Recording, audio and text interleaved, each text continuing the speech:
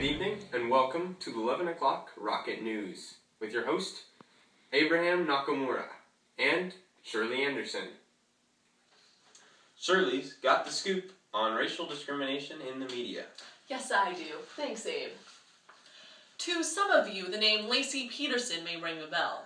In late 2002, the young pregnant wife went missing, later to be found dead on the shore of Richmond Beach.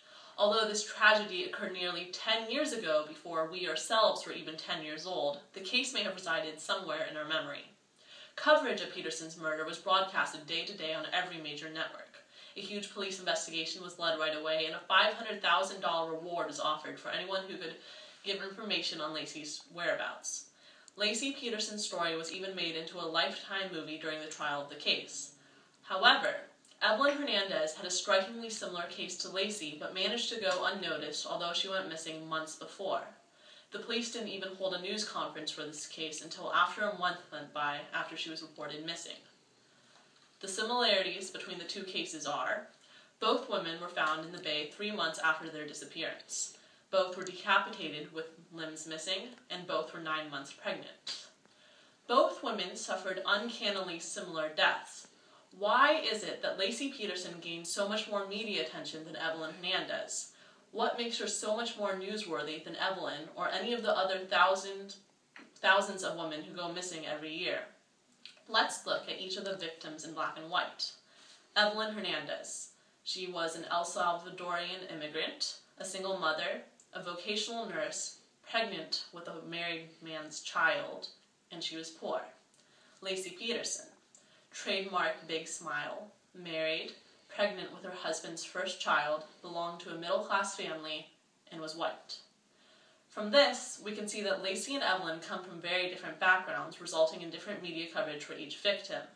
This disproportionate media attention is an example of a term that has recently been coined as the missing white woman syndrome.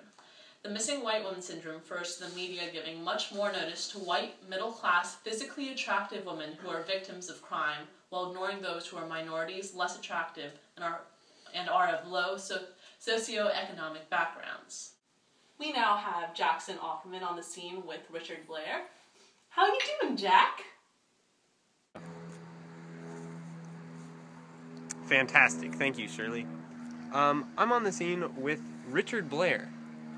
Dick, how do you feel about Natalee Holloway and the controversy around the missing white women syndrome? Well, certainly Natalee Holloway's story is tragic in its own right. I don't want to downplay that story, but I think it's part of a larger discussion. Why is it more newsworthy for Natalee Holloway to get news time, whereas a missing 5-month pregnant mother doesn't? I don't think the media director is sitting around saying, "Hey, there's a black woman in Philadelphia and disappeared and we don't care." It's an unconscious decision about who matters and who doesn't. In general, there's an assumption that crime is such a part of black and Latino culture that these things happen all the time. In many people's mind, it's regarded as being commonplace and not big of a deal. Thanks, Dick. Oh, you're welcome, Jack.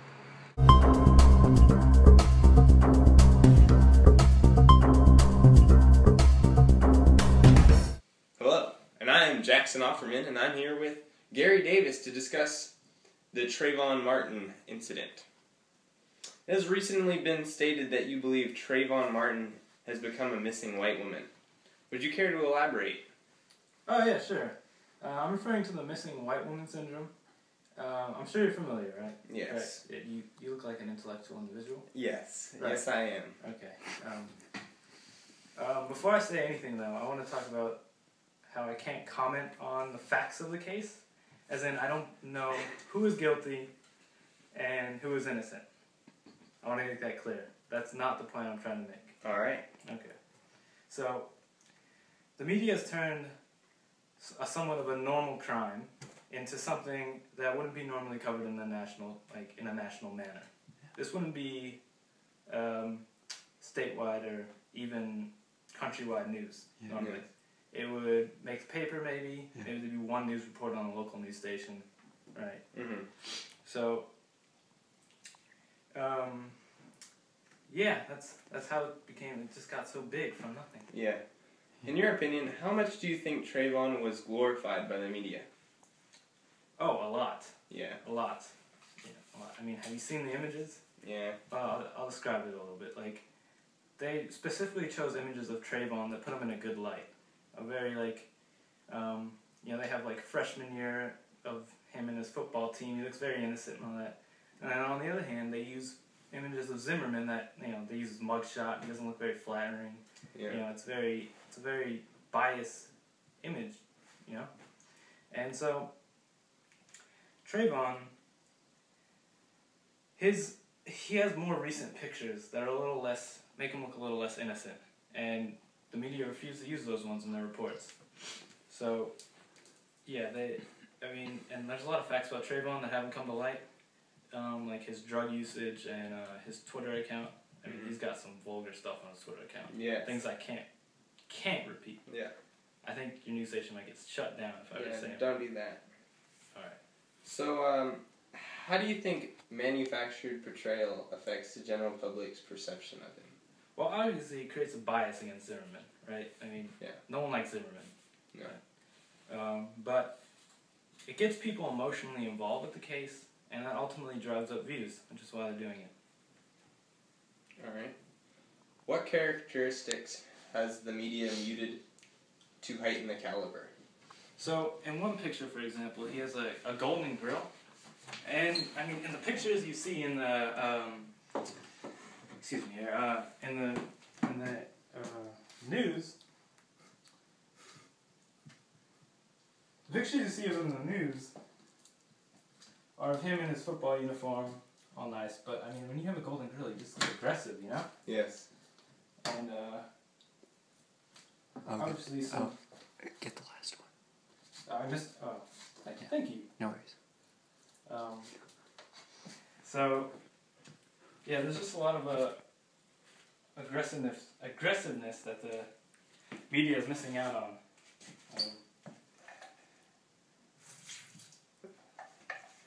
So yeah. Yeah. That's understood. But the question is, why do you think the media did this? For views. For views. Yeah, I mean... Purely views. Purely views. Wow. Yeah, I mean, they took advantage of it, but I don't want to say the news stations were all bad. Yeah.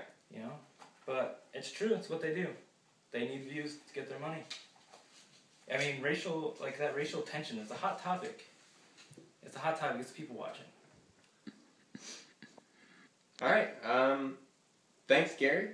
You're welcome. Great to have you on the show. To help illustrate the points of Gary Davis, here's a picture of Trayvon that you're used to seeing. And here's a picture of Trayvon that you might not be familiar with. As you can see, the media is attempting to glorify Trayvon by leaving out up-to-date images.